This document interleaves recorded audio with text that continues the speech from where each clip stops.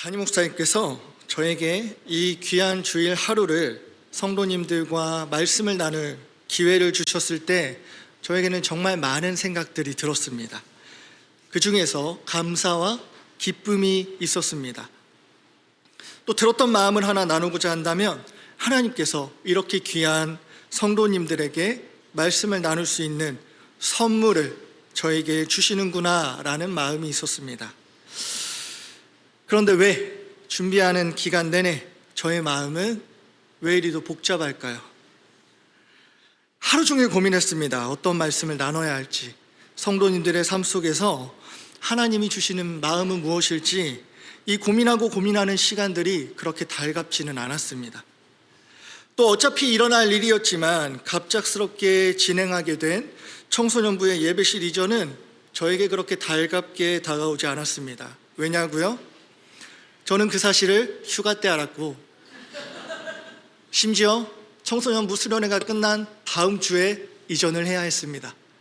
그래서 저에게는 이 상황이 달갑지 않았습니다.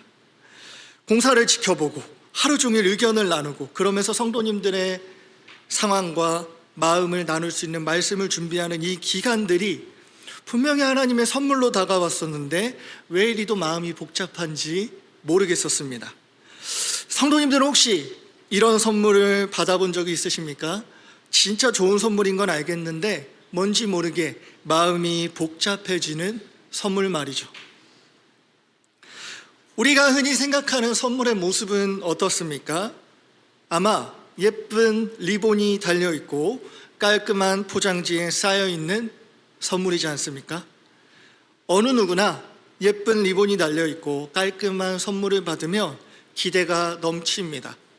반대로 대충 종이에 쌓여 있으면 이게 뭐지? 라는 의심이 들죠.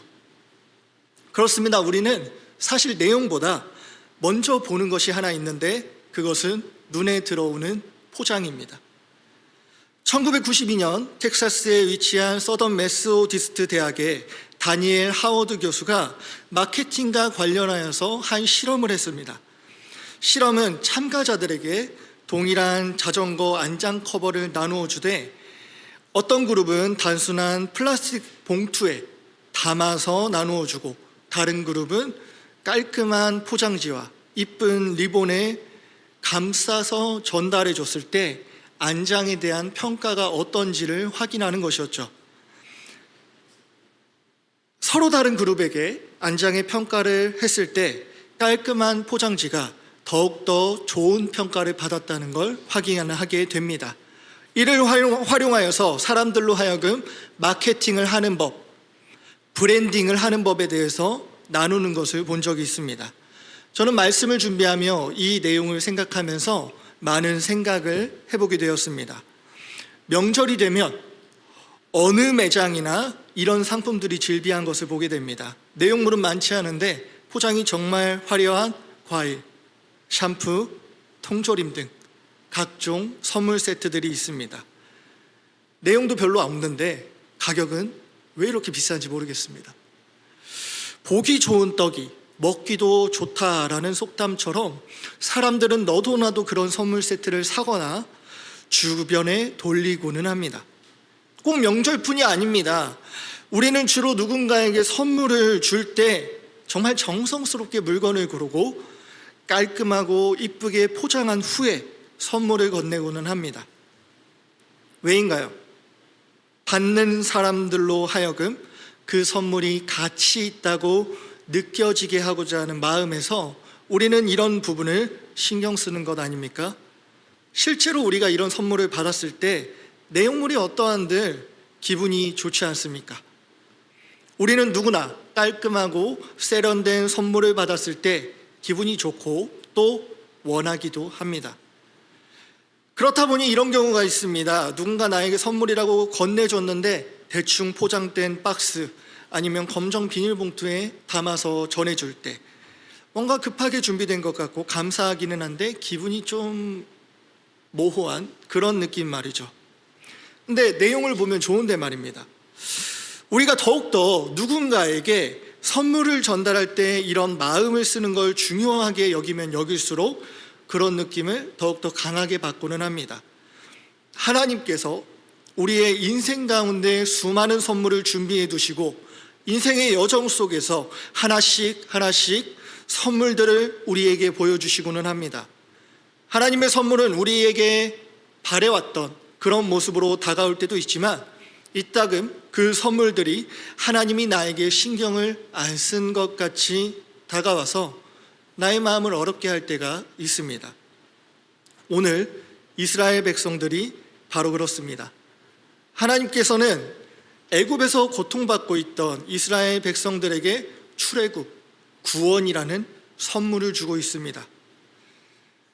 하나님께서는 모세를 통해 이스라엘 백성들에게 다가가셨습니다. 그리고 그들의 고통을 듣고 이제 자신의 약속을 지키겠다고 하셨습니다. 그렇게 이스라엘 백성들에게 하나님은 10가지 재앙을 보여주시며 이스라엘 백성들을 애굽 밖으로 나오게 하셨습니다. 이스라엘 백성들은 바라던 애굽에서의 고통을 벗어버리는 기회를 선물로 받았습니다. 얼마나 기대하고 바래왔던 선물이었겠습니까? 하나님께서는 모세에게 이렇게 말씀하십니다. 1절에서 4절에 보면 여호와께서 모세에게 말씀하여 이르시되 이스라엘 자손에게 명령하여 돌이켜 바다와 믹돌 사이에 비하이롯 앞 곧 바알스본 맞은편 바닷가에 장막을 치게 하라. 바로가 이스라엘 자손에 대하여 말하기를 그들이 그 땅에서 멀리 떠나 광야에 갇힌 바 되었다 하리라.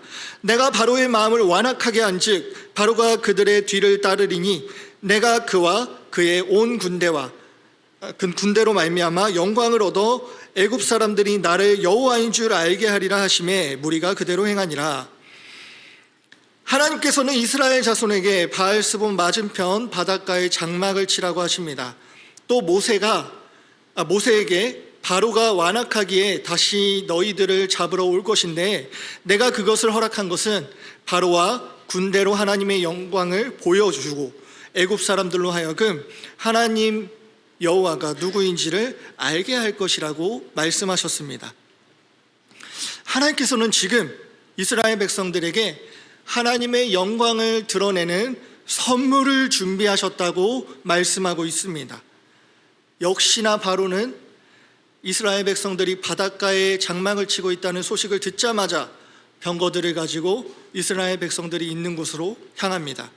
그리고 9절에 보면 애굽 사람들과 바로의 말들, 병거들과 그 마병과 그 군대가 그들의 뒤를 따라 바알스본 맞은편 비하이롯 곁 해변 그들이 장막이 친 데에 미치니라 라고 기록되어 있습니다. 바로의 군대가 이스라엘 백성들의 눈앞에 서 있는 것입니다. 생각해 봅시다. 이스라엘 백성들이 장막 친 곳이 어디입니까? 하나님께서 구출해 주시고 그곳에서 장막을 치라고 명하셨던 곳이 아닙니까? 그런데 그곳에서 이스라엘 백성들은 예상하지도 못한 바로의 군대를 만나게 되는 것입니다. 하나님의 일하심을 경험하고 또 하나님의 역사를 기대하면서 하나님의 말씀에 따라 장막을 쳤는데 잠깐 좋았을까요? 눈앞의 상황이 어떻습니까? 수천이 되는 병거와 군대들이 이스라엘 백성들을 잡으러 눈앞에 서 있는 것입니다. 하나님의 선물은 이제는 아름다운 포장이 아닌 상태로 이스라엘 백성들 앞에 배달되었습니다. 우리의 삶 속에서도 종종 이런 상황을 만나게 됩니다. 하나님의 선물이 달갑지 않게 다가오는 순간 말이죠. 마치 검정 비닐봉투에 대충 담아서 나에게 던져준 것처럼 내 마음이 어려워지고 기분이 상하는 순간이 우리에게 다가온다는 것입니다. 그런 순간이 어떤 순간입니까? 위기와 고난을 마주해야 하는 순간 아닙니까? 하나님께서 항상 우리에게 가장 좋은 것을 주신다고 하셨는데 왜 지금 내 눈앞에 벌어지는 이 상황이 너무나 답답하고 하찮아 보이냐는 것입니다. 하나님이 이렇게 선물을 주시는 분은 아니지 않나? 날 사랑하기는 하시는 건가? 5만 가지 생각이 들어오는 순간이 우리에게 다가온다는 것이죠. 하나님의 일하심을 경험하지 않은 것도 아닙니다. 수많은 인생의 과정 속에서 하나님의 일하심을 보았고 지금 이 자리에 있는 것 또한 하나님의 말씀을 따라 순종하며 걸어오고 있는 것인데 왜 이런 상황들이 일어나야 하는가 우리는 질문할 수밖에 없습니다. 분명히 하나님은 하나님의 영광을 보이시겠다 말씀하셨습니다. 이런 상황 속에서요. 바로가 올 것이라고 말씀하신 것처럼 이런 위기와 고난이 오겠지만 하나님은 하나님의 영광을 그 상황을 통해 드러내시겠다고 하셨습니다. 살아계신 하나님의 역사를 보여주시겠다고 하신 것입니다. 분명히 하나님은 선물을 주셨다고 하셨지만 그럼에도 불구하고 우리가 만나는 상황이 위기와 고난일 그때 곧장 두려움이 몰려오는 상황을 보게 되었을 때 우리의 모습은 어떠합니까? 우리의 모습은 이스라엘 백성들의 모습을 통해 볼 수 있습니다. 우리 10절을 한번 같이 읽겠습니다. 함께 읽겠습니다. 바로가 가까이 올 때에 이스라엘 자손이 눈을 들어 본즉 애굽 사람들이 자기들 뒤에 이른지라. 이스라엘 자손이 심히 두려워하여 여호와께 부르짖고. 먼저 이스라엘 백성들은 애굽의 병력들이 몰려오자 심히 두려워합니다. 그리고 하나님께 부르짖고 있습니다. 그리스도인으로서 우리들 또한 마찬가지입니다. 가장 먼저 두려움이 몰려올 때에 우리는 하나님을 찾고 부르짖습니다. 하지만 정말 이 부르짖음이 하나님을 신뢰하기 때문에 부르짖는 것인지 상황이 급박해서 찾는 것인지 알 수 없습니다. 부르짖음의 의미를 찾기 위해서는 부르짖은 이후에 우리의 행동을 살펴봐야 하기 때문입니다. 그럼에도 우리와 이스라엘 백성을 보며 잘했다고 할 수 있는 것은 적어도 이스라엘 백성은 여호와께 부르짖었습니다. 그렇습니다. 그리스도인이라면 위기와 고난이 내 앞에 마주하게 되었을 때 여호와를 찾는 것이 맞습니다. 중요한 건 이것입니다. 애국 군대를 마주하기 전에 하나님은 이미 이스라엘 백성들을 구해 주실 것이라고 약속하셨다는 사실입니다. 그것을 떠올리고 이스라엘 백성들도 여호와를 찾았다면 좋았겠지만 다음 내용을 보면 그렇지 않다는 것을 알 수 있습니다. 11절에 보면 그들이 또 모세에게 이르되 애굽에 매장지가 없어서 당신이 우리를 이끌어내어 이 광야에서 죽게 하느냐? 어찌하여 당신이 우리를 애굽에서 이끌어내어 우리에게 이같이 하느냐? 이스라엘 백성들은 여호와께 분명히 부르짖었습니다. 그리고 나서 모세를 찾아가 이렇게 말하는 것입니다. 애굽에 매장지가 없어서 우리를 광야에서 죽게 하느냐? 이스라엘 백성들에게는 하나님의 약속이 떠오르지 않습니다.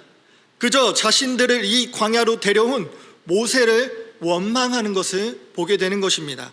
그러면서 이렇게 말합니다. 우리를 애굽에서 이끌어내어 우리에게 이같이 하느냐? 이 말 속에서 짚어봐야 되는 게 있습니다. 이스라엘 백성들은 모세에게 말하고 있지만 한번 생각해 보는 것이죠. 이스라엘 백성을 이끌어낸 것이 누구입니까? 모세인가요? 아닙니다.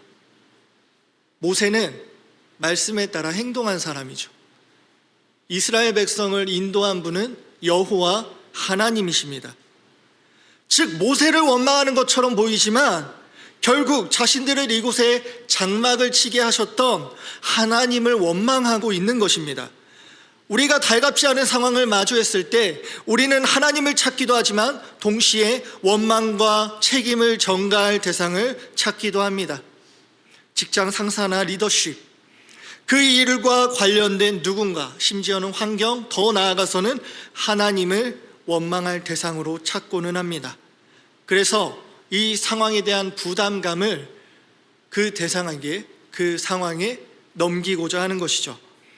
위기와 원하지 않은 상황을 만났을 때에 우리는 하나님을 찾긴 하지만 어쩌면 하나님의 약속은 있고 다른 이유를 찾으며 왜 이런 상황이 되었는지 부정하고자 할 때가 있습니다. 하나님의 선물이 너무 형편없는 포장으로 되어 있어 우리의 마음이 어려워지면 종종 이렇게 하나님을 찾긴 하지만 원망하는 마음과 불편한 마음을 내비치고자 하는 이유에서 하나님을 찾고는 한다는 것입니다. 더 나아가서 12절에 보면 우리가 애굽에서 당신에게 이른 말이 이것이 아니냐, 이르기를 우리를 내버려두라, 우리가 애굽 사람을 섬길 것이라 하지 아니하더냐. 애굽 사람을 섬기는 것이 광야에서 죽는 것보다 낫겠노라.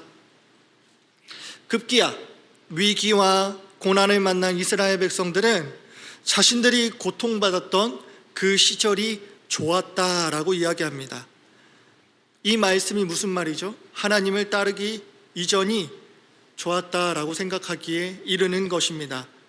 말씀을 따르지 않고 살던 시절이 더 편했다며 종으로 살던 불행했던 과거의 삶을 미화하는 것이죠.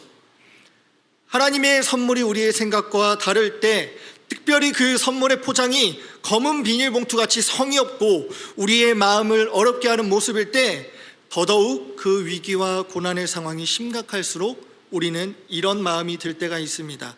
그냥 내가 하고 싶은 대로 할 걸. 말씀 따라가기 전이 더 좋았다. 더 극단적으로 심해진다면 예수님 믿기 이전이 더 좋았지라며 이전의 하나님의 역사와 인도하심의 기억은 사라지고 힘들고 답답한 지금의 상황만 눈에 들어오는 것이죠. 그로 인해서 힘들었던 이전의 상황이 더욱더 좋아 보이는 그런 마음들이 우리 안에 들어온다는 것입니다. 말씀을 따라가던 삶 속에서 하나님이 인도하시고 역사하셨던 수많은 선물을 받았기에 지금 우리가 이 자리에 있음에도 불구하고 때때로 우리에게 하나님의 선물 포장이 마음을 어렵게 할 때, 분위기가 점점 심각해질 때 우리는 하나님 없이 나의 마음대로 하던 이전의 삶을 떠올리며 그때의 고통을 잊은 채 좋았더라라고 회상하며 하나님을 향한 원망을 드러낼 때가 있다는 것입니다. 여기서 우리는 하나님의 선물의 모습에 대해서 깊이 한번 생각해 보기 원합니다. 우리가 바라는 하나님의 선물의 모습은 어떻습니까? 화려하고 깔끔하며 누구나 바라는, 원하는 모습으로 주어지는 것들이지 않습니까? 구체적으로 어떤 게 있을까요? 우리의 일상 속에서 우리와 관련된 것들로 한번 생각해 보기 원합니다. 승진, 건강함, 관계의 완만함, 자녀의 진로의 순탄함 등 우리가 생각하는 이런 선물의 내용이 있습니다. 대신 이 선물의 내용도 내용이지만 우리는 포장 또한 깔끔해야 하지 않습니까?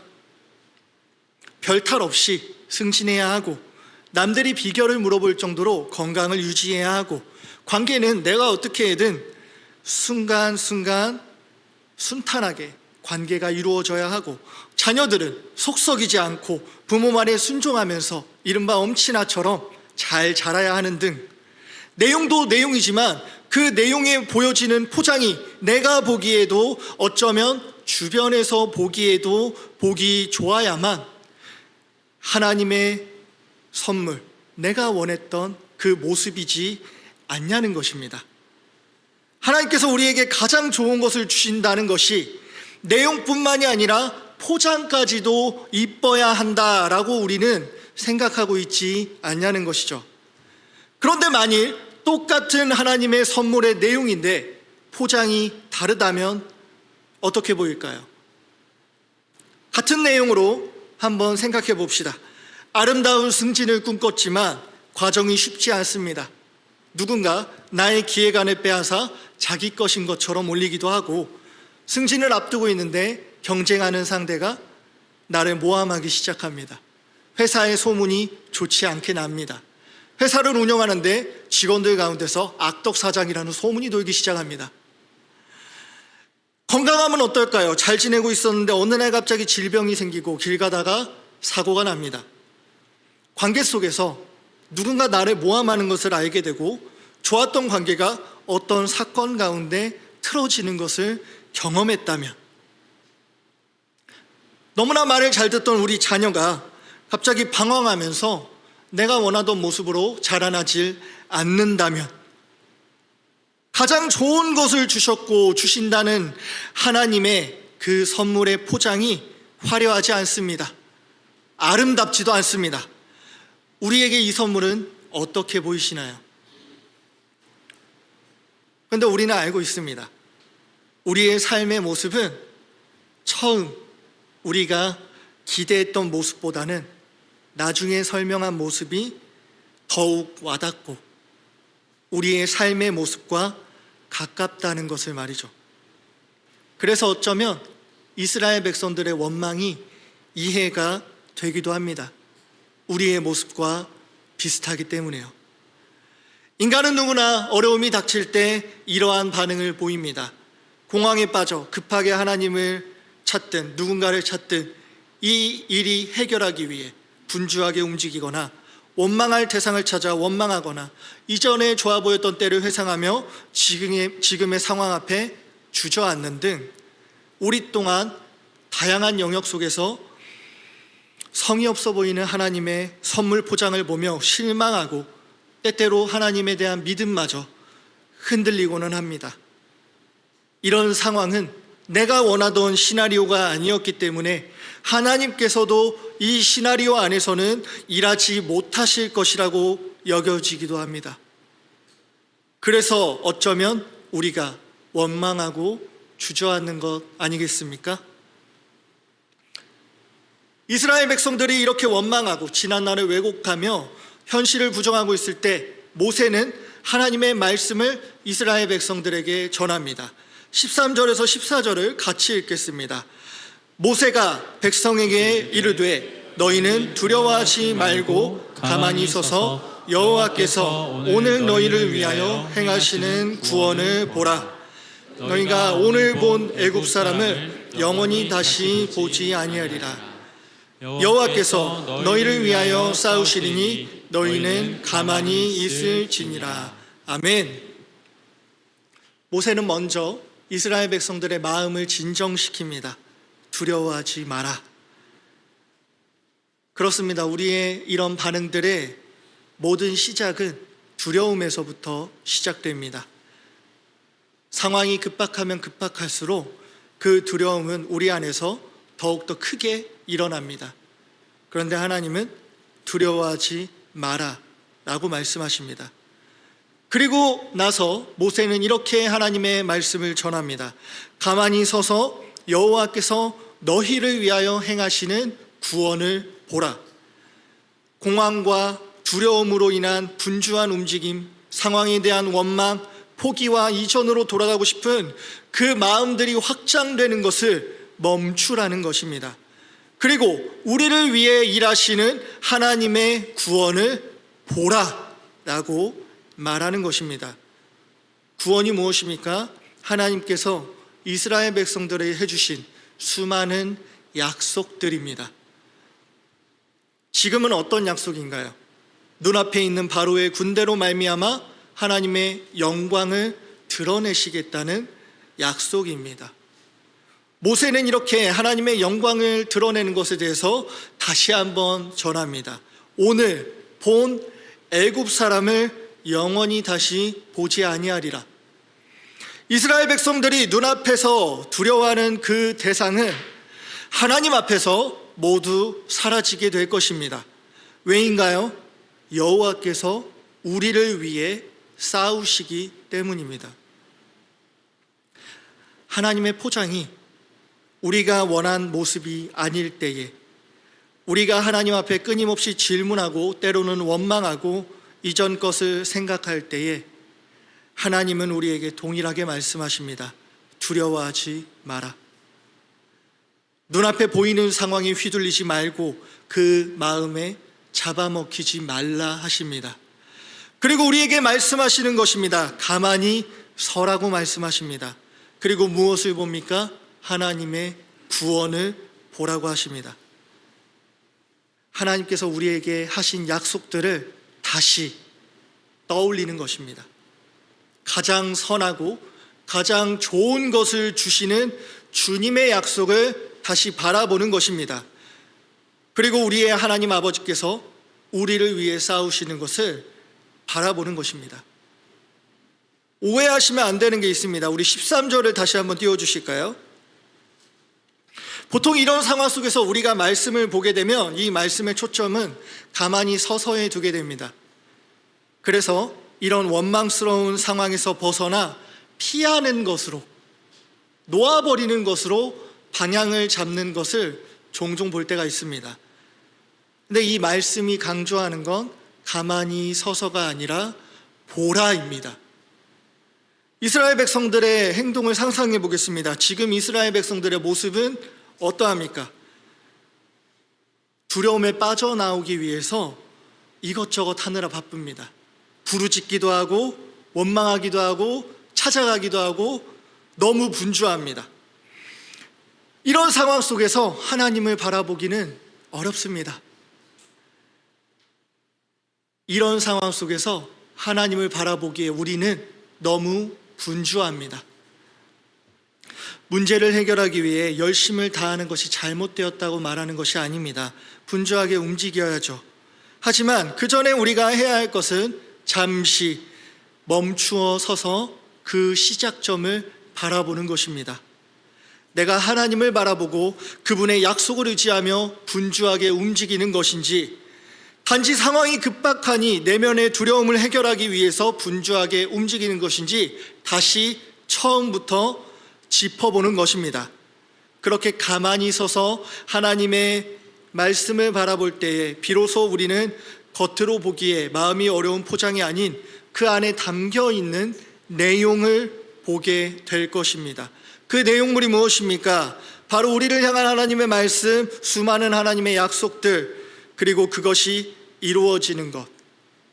오늘 말씀은 이렇게 표현합니다. 30절에서 31절에 보면 그날에 여호와께서 이같이 이스라엘을 애굽 사람의 손에서 구원하심에 이스라엘이 바닷가에서 애굽 사람들이 죽어 있는 것을 보았더라. 이스라엘이 여호와께서 애굽 사람들에게 행하신 그 능력을 보았으므로 백성이 여호와를 경외하며 여호와와 그의 종 모세를 믿었더라. 아멘. 우리가 보고 겪게 될 것은 약속대로 말씀대로 이루시는 신실하신 하나님의 일하심을 보게 될 것입니다. 사랑하는 성도님들, 말씀을 정리하고자 합니다. 하나님의 선물은 때때로 가장 성의 없어 보이는 검정 비닐봉투 같이 담겨져 우리에게 다가올 때가 있습니다. 우리가 생각했던 화려하고 깔끔한 선물의 모습이 아니라 이게 선물이 맞나? 라는 생각이 들 정도로 마음이 불편한 모습으로 우리에게 다가올 수 있습니다. 내 마음처럼 풀리지 않는 수많은 상황과 위기와 고난으로 우리에게 다가올 수 있습니다. 그 과정 속에서 원망이 일어날 수 있고 두려움에 여기저기 움직이며 분주하게 해결하기도 하고 부르짖기도 할 것입니다. 그러나 오늘 하나님께서는 이렇게 말씀하십니다. 가만히 서서. 하나님을 바라보지 못할 만큼 분주하십니까? 그 모든 것을 잠시 멈추고 이 말씀을 기억하시기 바랍니다. 여호와께서 너희에게 행하시는 구원을 보라. 하나님께서 우리에게 하신 약속들을 다시 보시기 바랍니다. 하나님께서 우리에게 주신 약속들은 언제나 선하셨습니다. 그리고 가장 좋은 것을 우리에게 주셨던 분이었습니다.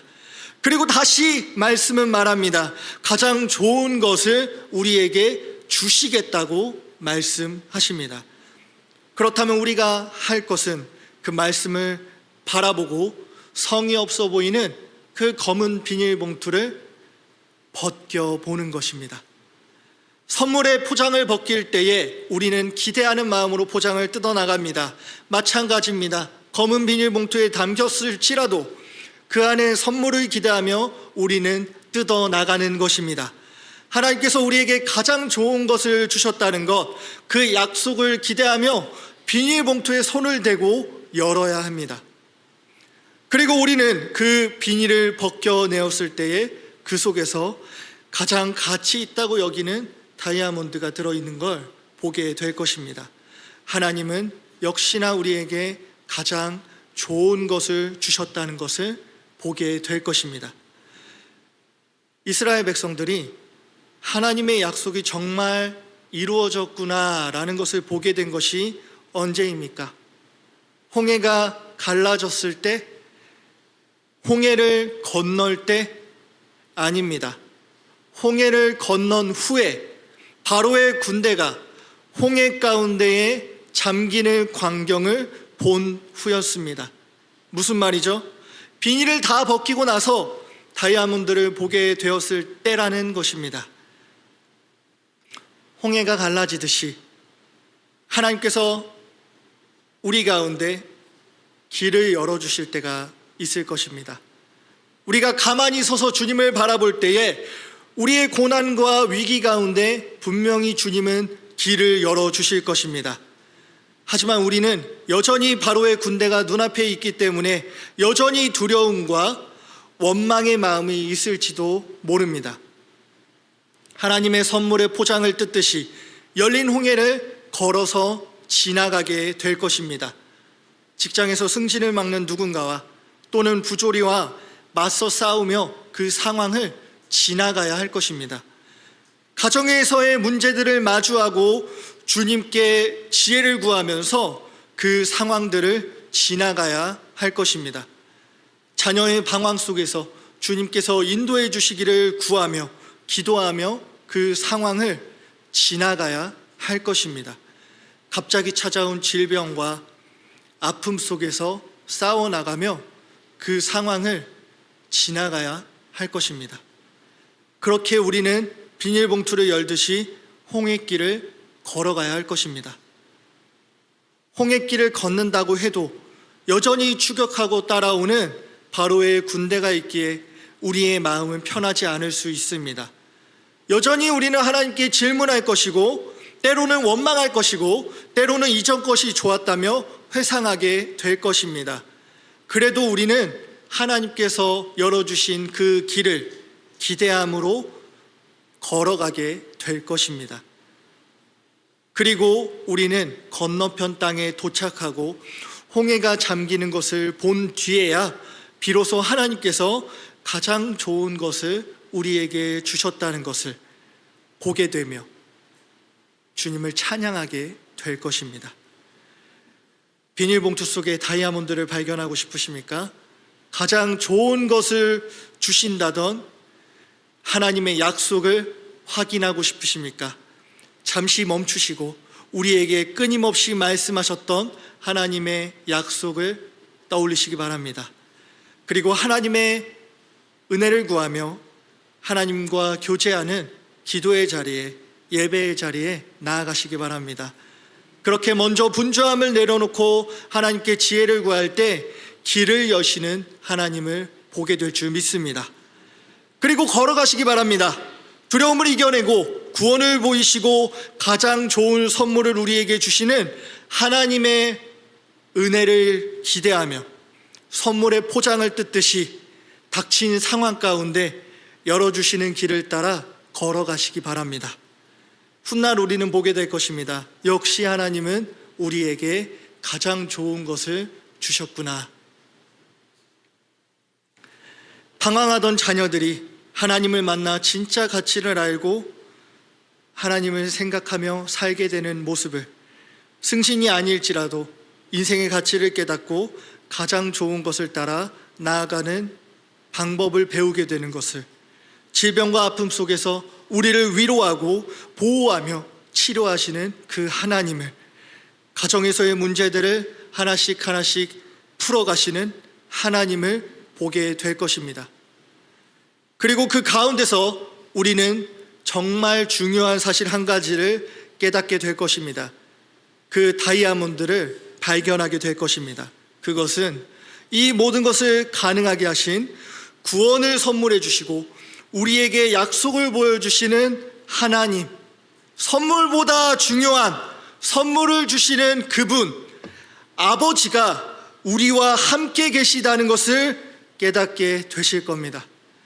그리고 그 크고 놀라운 하나님의 말씀을 들을 수 있고 알 수 있고 깨달을 수 있는 하나님의 자녀라는 그 은혜를, 엄청난 은혜를 깨닫게 되실 겁니다.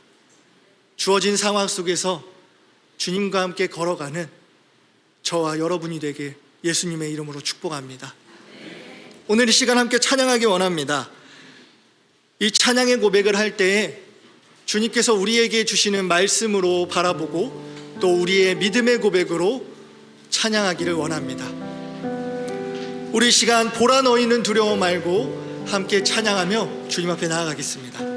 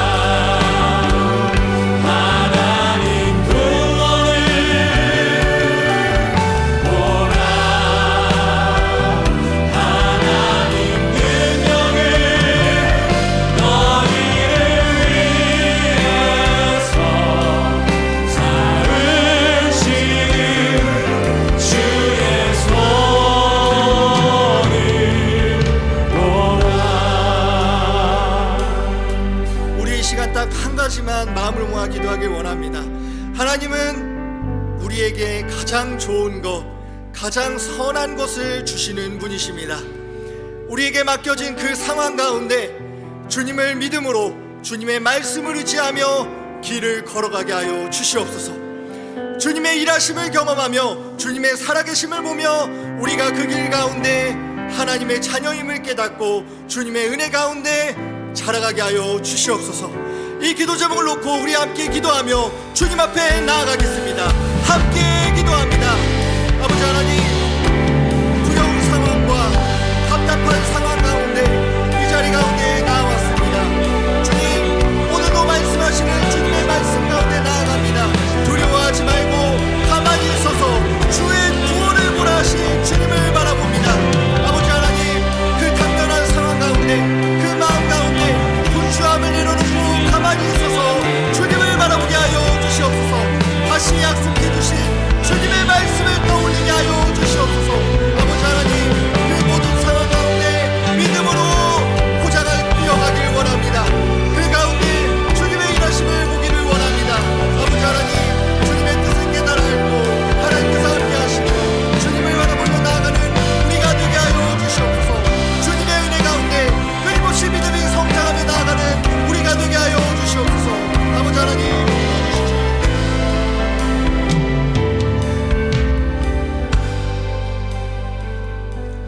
기도하시겠습니다.